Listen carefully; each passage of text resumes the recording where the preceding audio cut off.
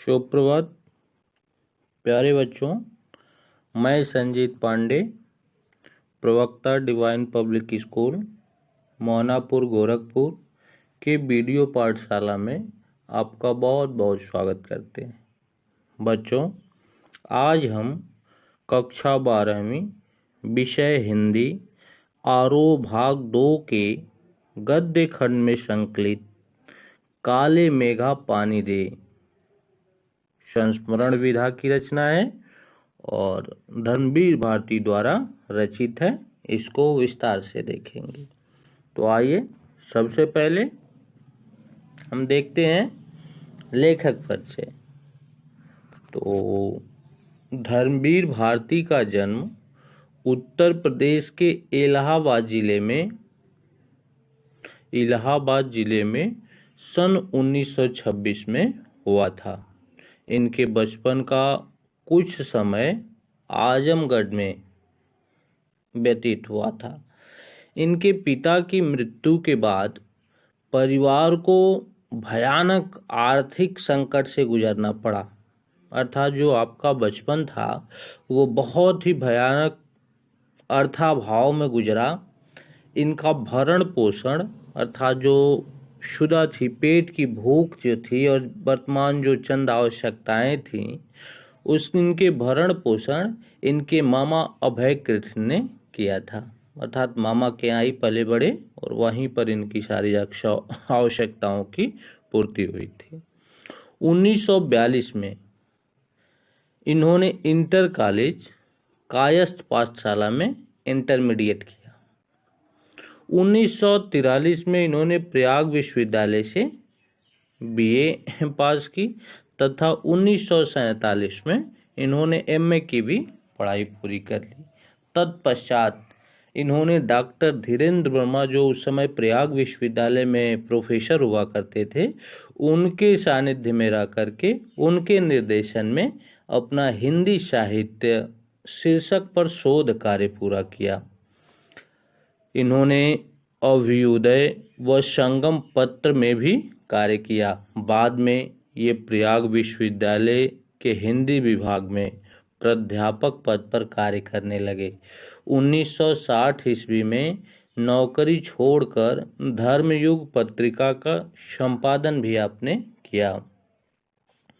हिंदी साहित्य के दूसरे शतक में इनका विशिष्ट स्थान है। इन्होंने कवि, उपन्यासकार, कहानीकार, पत्रकार तथा आलोचक के रूप में भी हिंदी जगत को अमूल्य रचनाएं दी हैं। अभी आगे हम इनकी कुछ रचनाओं पे चर्चा करेंगे जो हिंदी साहित्य में इनके जोड़ का कोई दूसरी रचना नहीं मानी जाती है।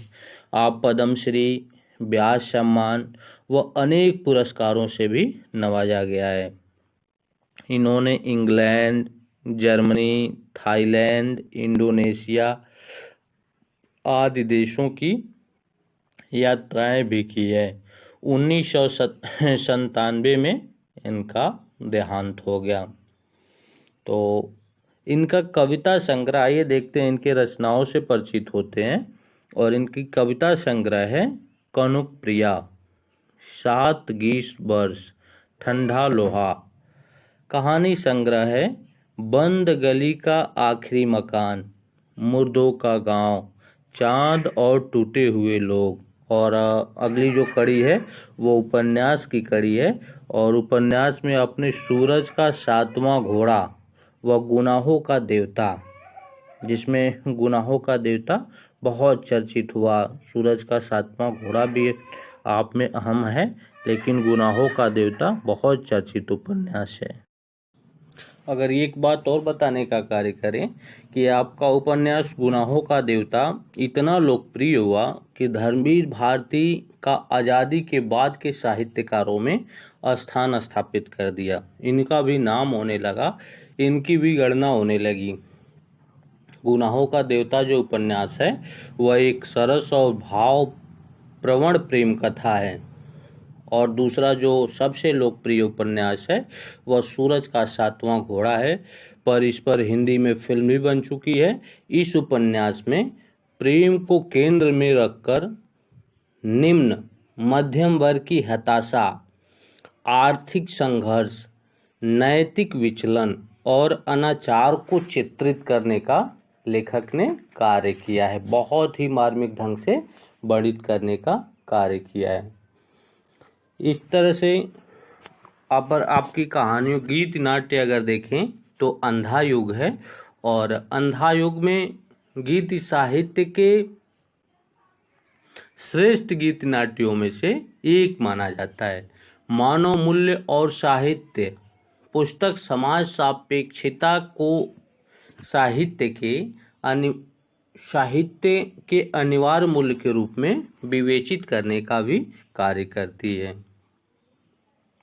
अगर आपका निबंध संग्रह देखें तो पश्यंती, कहानी अनकहानी और ठेले पर हिमालय। ठेले पर हिमालय आपका बहुत चर्चित निबंध है, और इसमें इलाहाबाद के नुक्कड़ में चौराहा होता है, और चौराहे की दुकान पे चाय की चुस्कियां ले रहे होते हैं, और भी हाल ही में वो हिमालय से यात्रा करके लौटे होते हैं। तब आपने अपने परिवेश में देखा होगा, जो बर्फ़ की सीलियां होती हैं एक स्थान से दूसरे स्थान को जाती हैं, तो वह ठेले पर लाद करके एक व्यक्ति चट्टे से बोरे आदि से ढका हुआ है, और ठेले पर लाद करके इनके सामने से वो दूसरी तरफ जा रहा होता है।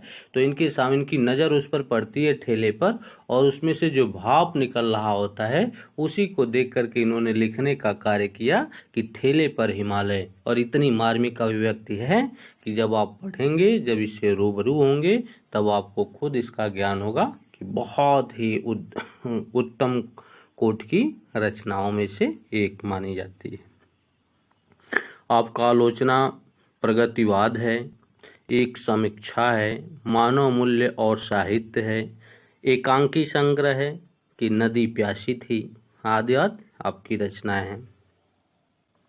अगर उक्त रचना में देखें कि काले मेघा पानी दे, जो उक्त रचना आज हम पढ़ने वाले हैं, लेखक की संस्मरणात्मक विधा की रचना है। अगर संस्मरण विधा पे चर्चा करें तो आपको ये बता दें कि जिस तरह साहित्य की अनेक विधाएं होती हैं, जैसे कहानी है, उपन्यास है, नाटक है, एकांकी है, वैसे संस्मरण और रेखा चित्र भी इस साहित्य की विधाएं हैं, और इसमें विभिन्न तरह से रचनाएं की जाती हैं।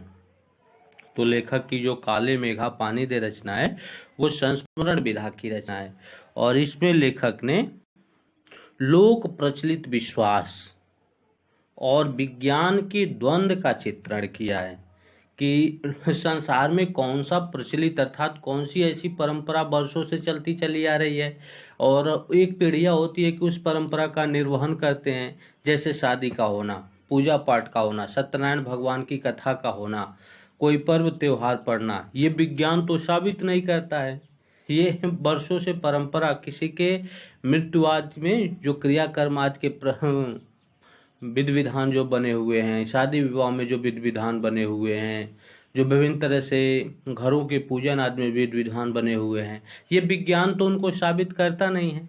ये सदियों से परंपरा एक चलती चली आ रही है, उस परंपरा का निर्वहन कर करके हम उसको करने का कार्य करते हैं, उसका निर्वहन करते हैं।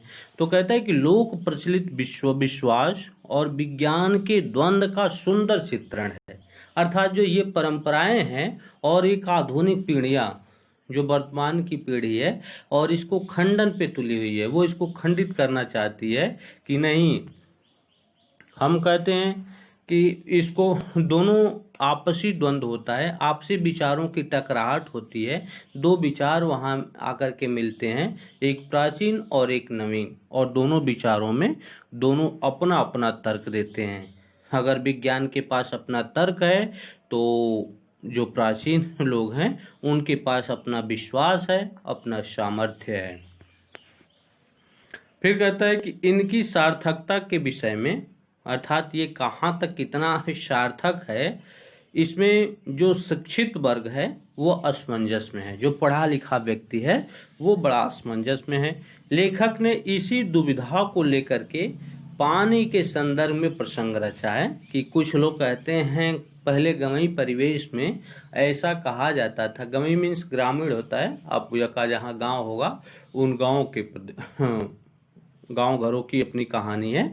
और लेखक कैसे चीज़ों को लेने का कार्य करता है, कहता है कि वहाँ आपने देखा होगा कि एक चीज़ देखने को मिलती है कि गांव में बच्चों की, जैसे जब बारिश आदि नहीं होता है तो इस तरह की किंवदंतियां गांव में प्रचलित है कि अगर बच्चे नंग पुंगा हो करके और कीचड़ में लौटेंगे, विभिन्न तरह से मेघ को अर्थात इंद्र भगवान को प्रसन्न करने का कार्य करेंगे, लोग अपने अपने घरों में से पानी आज फेंकेंगे तो बारिश होने की संभावना प्रबल हो जाती है, ऐसा मानना है। लेकिन विज्ञान क्या कहता है कि ये निराधार है, इसका कोई आधार ही नहीं। ऐसा कौन सा तर्क है कि हम नीचे लौटेंगे और ऊपर से बारिश हो जाएगी, अर्थात हमारे पास जो शेष जल है उसकी भी हम बर्बादी कर रहे हैं, जो बचा हुआ हमारे पास जल है उसकी भी हम बर्बादी करने का कार्य कर रहे हैं। तो दोनों विचारधाराएं आपस में आकर के टकरा जाती हैं और टकराने के बाद ही उनका एक सलूशन, एक निष्कर्ष लेखक निकालने का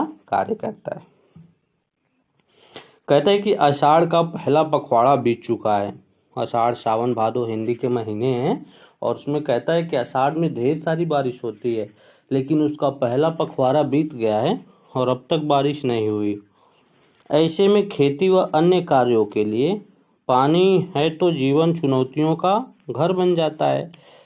कहता है कि ऐसे में ऐसी चीज़ों को दे, यदि विज्ञान इन चुनौतियों का निराकरण नहीं कर पाता तो उत्सव धर्मी भारतीय समाज किसी न किसी जुगाड़ में लग जाता है। अर्थात जब जो चीज़ जिस समय पर निर्धारित है और वो उस समय पे नहीं होती है तो भारत जो देश है वो उत्सव धर्मी देश है, विभिन्न तरह से उत्सवों पे विश्वास करता है, धर्मों पे विश्वास करता है।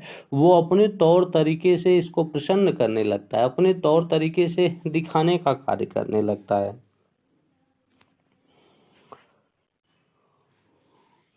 प्रपंच रचता है, भांत भांत के कृत्य करता है, हर कीमत पर जीवित रहने के लिए अशिक्षा तथा बेवसी के भीतर से उपाय और काट को खोजा करता है और अपने अपने तर्कों से उसे विभिन्न तरीके से सिद्ध करने का कार्य करता है।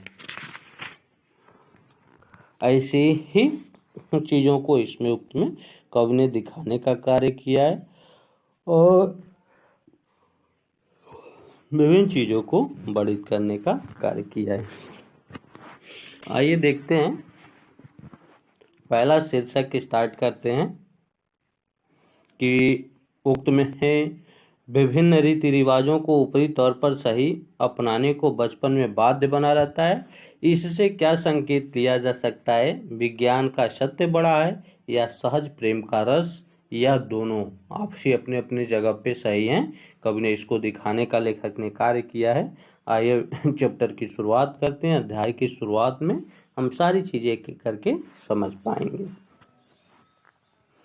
तो आप सबसे पहले हम फर्स्ट पेज देखेंगे, पेज नंबर 100 है, अर्थात 100 अपने पृष्ठ संख्या अपनी पाठ्य पुस्तक में 100 देखेंगे। पहला पैराग्राफ है, काले मेघा पानी दे शीर्षक है।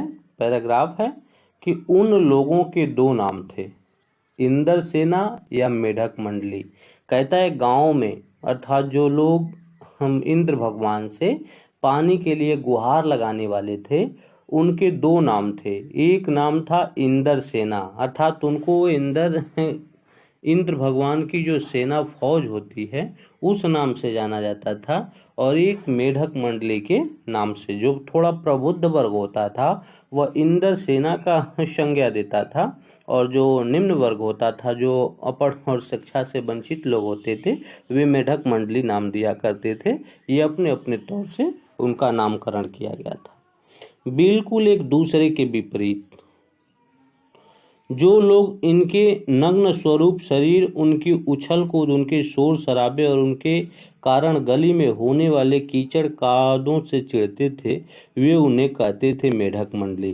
कहता है कि बिल्कुल एक दूसरे के विपरीत, अर्थात दोनों जो नामकरण थे वो सब एक दूसरे के विपरीत। अर्थात जो लोगों का, कुछ लोग ऐसे थे कि उनके नग्न स्वरूप को, अर्थात उनके सिर्फ अंडरवियर होती थी, किसी के ऊपर बनियान होती थी, छोटे बच्चों के ऊपर वो भी नहीं हुआ करता था।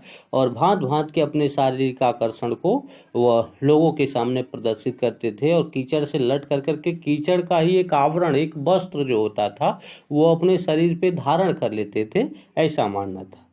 कि नग्न शरीर उनकी उछल कूद, उनके शोर शराबे, उनके कारण गली में होने वाले कीचड़ कादों से चिढ़ते थे। अर्थात एक वर्ग उनके इस स्वरूप से चिढ़ता था और एक वर्ग उनके इससे उत्साहित होता था। वे उन्हें कहते थे मेढक मंडली। अर्थात इनको चिढ़ जिनको होती थी वे मेढक मंडली की संज्ञा देते थे। उनकी अगवानी गलियों से होती थी। वे होते थे 10-12 बरस के, 16-18 बरस के लड़के। अर्थात उस मंडली में जो सम्मिलित होने वाले होते थे वह 10-12 वर्ष से लेकर करके और 18 वर्ष तक के बच्चे हुआ करते थे। अर्थात किशोरावस्था से प्रौढ़ावस्था तक के बच्चे हुआ, बाल्यावस्था से किशोरावस्था कर सकते हैं, इसके उम्र के बच्चे हुआ करते थे। सांवला रंग, बदन सिर्फ एक जंघिया या कभी कभी सिर्फ लंगोटी। अर्थात उनके जो परिधान हुआ करते थे वह एक कच्छा मात्र हुआ करता था या एक लंगोटी उनके शरीर पर हुआ करती थी। एक जगह इकट्ठे होते, पहला जयकारा लगता था और सारे गांव के किसी एक मंदिर का हिस्सा होता था या कोई एक छोर होता था, वहां पे सारे बच्चे आपस में इकट्ठे होते थे और वहीं इकट्ठा होकर करके और फिर सारे एक होकर के वहीं से शोर लगाते थे। और तो उसमें 18 वर्ष के लड़के और उनका जो रंग होता था वो सांवला, नंगा बदन, सिर्फ एक जंघिया या कभी कभी सिर्फ लंगोटी पहन करके वो विभिन्न तरह के अपने कृत्य करते। एक जगह इकट्ठे होते, गांव का जो एक छोर होता था वहां पे इकट्ठे होते थे, चाहे वो मंदिर का स्थान हो, चाहे वो कोई रोड हो, चाहे किसी का घर हो। आपस में पहले से ही योजना बन गई होती थी और वो वहीं पे इकट्ठा होते थे सारे बच्चे। पहला जयकारा वहीं से लगना शुरू होता था। सबसे पहला जयकारा वहीं से लगता था, बोलो गंगा मैया की जय। तो सारे बच्चे कहते थे जय। जयकारा सुनते ही लोग सावधान हो जाते थे और पूरे गांव के लोग इतना तेज तेज में, इतनी जो उनकी नॉइस होती थी, जो आवाज होती थी वह इतनी तेज होती थी कि पूरे गांव के घर घर तक वो आवाज चली जाती थी और सब लोग सावधान हो जाते थे। जिन लोगों का इसमें, अर्थात जो विज्ञान से अपरिचित थे, जो प्राचीन पीढ़ियां थी, जो नवीन नहीं थी, जो विज्ञान पर विश्वास नहीं करती थी, अपने धर्मों पर, अपनी आस्था पर विश्वास करती थी, वो अपने घरों में चाहे उनके पास 1 लोटे का पानी हो वो, चाहे 1 बाल्टी का पानी हो वो, और चाहे 10 बाल्टी का पानी, जितनी उनकी सामर्थ्य होती थी अपने जल की, वो लेकर के अपने छत के ऊपर या अपने बर्जे पे, छज्जे पे, जंगले पे, जहाँ या अपने घर के दरवाजे पे बैठ जाते थे उनके ऊपर। और जो विज्ञान के तर्क वाले लोग थे वो इनको हे दृष्टि से देखने का कार्य करते थे।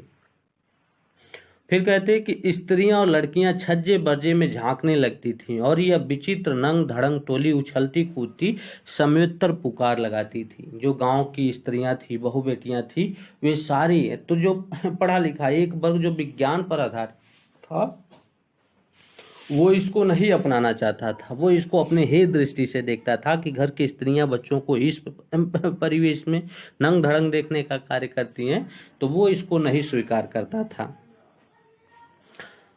टोली उछलती कूदती समेत पुकार लगाती, अर्थात उन सारे बच्चों का जो समूह था वे एक करके पुकार लगाता कि काले मेघा पानी दे, गगरी फूटी बैल पियासा, पानी दे गुड़धानी दे। अर्थात ऐसे जयकार लगाने का कार्य करते थे कि काले मेघा पानी दे। काले मेघा मीन्स बादल होता है, मेघ आसमान, तो कहता है कि हे काले बादल खूब पानी दो, गगरी फूटी बैल पियासा, पानी दे गुड़धानी दे। अर्थात गुड़धानी मीन्स अनाज के गुण, जो लाई वाई अपने परिवेश में कहते हैं, गुड़ और अन्न का मिला हुआ कोई ऐसा मिश्रण। उछलते कूदते एक दूसरे को धकियाते, उछलते कूदते एक दूसरे को धकियाते ये लोग गली में किसी 2 महले मकान के सामने रुक जाते। पानी दे मैया इंदर सेना आई है, और खूब नाचते कूदते शोर शराबे के साथ गांव में प्रवेश करते और किसी भी मकान के सामने जाकर के खड़े हो जाते और उसमें से एक व्यक्ति, अर्थात एक जो बच्चा होता, वह कहता कि मैया पानी दो, इंदर सेना आपके दरवाजे पर आई है।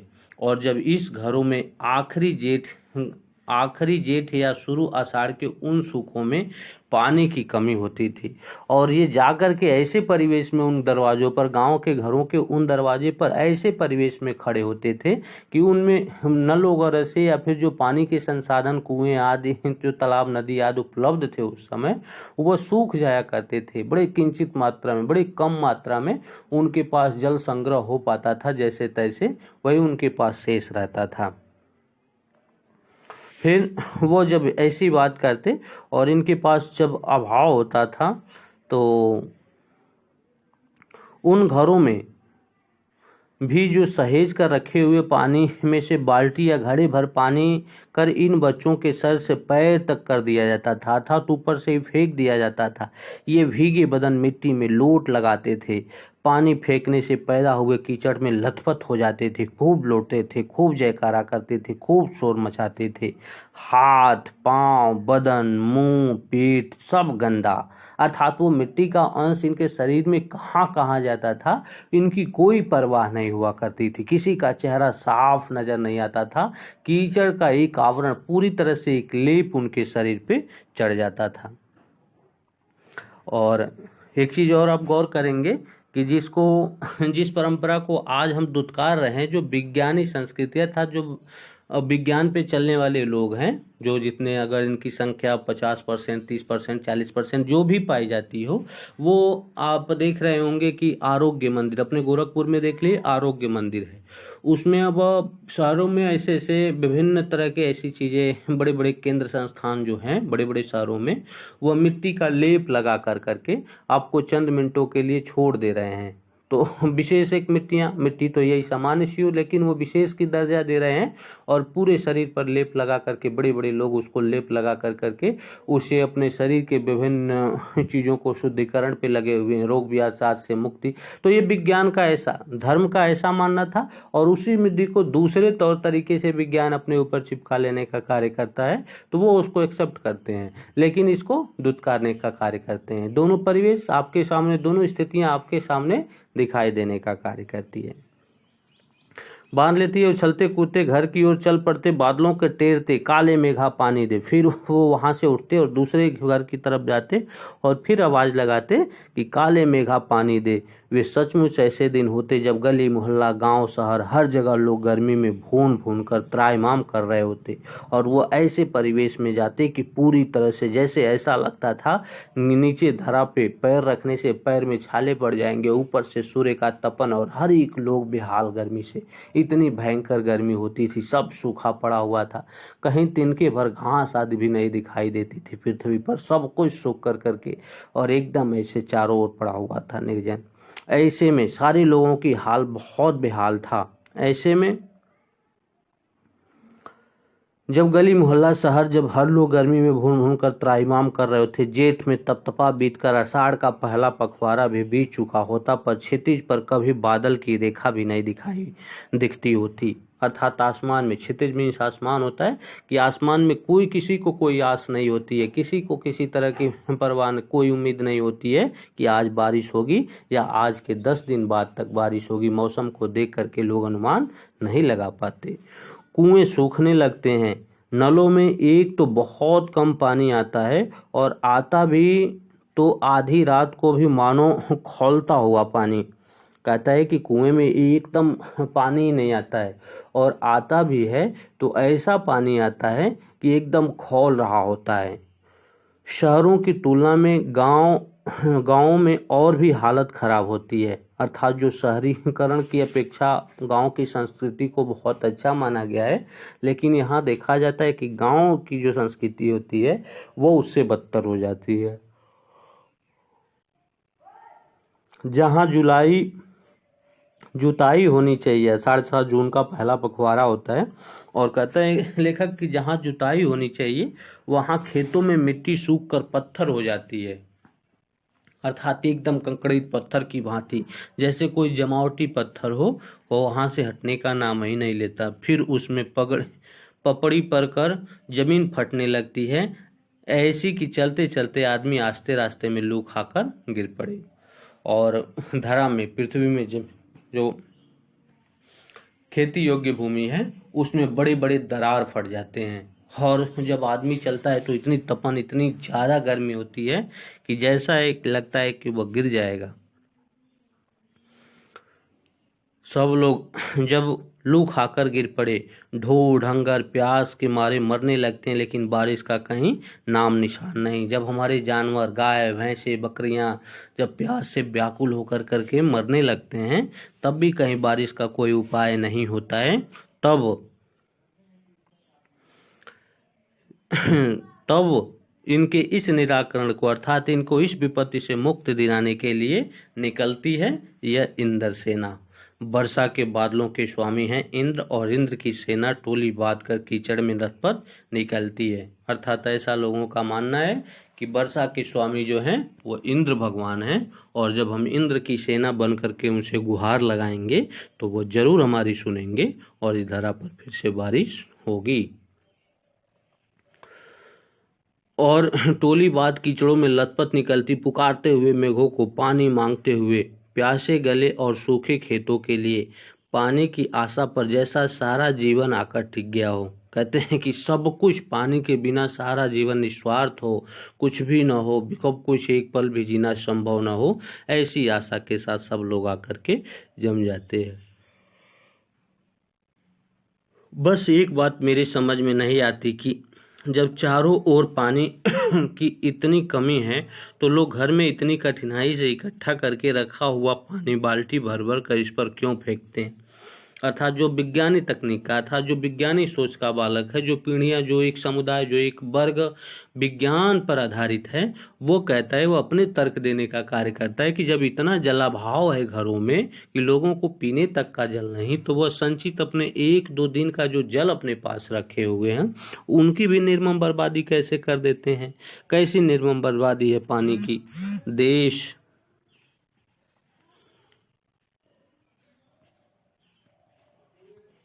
अर्थात इस तरह की पानी की निर्मम बर्बादी नहीं होनी चाहिए, ऐसा उसका मानना है।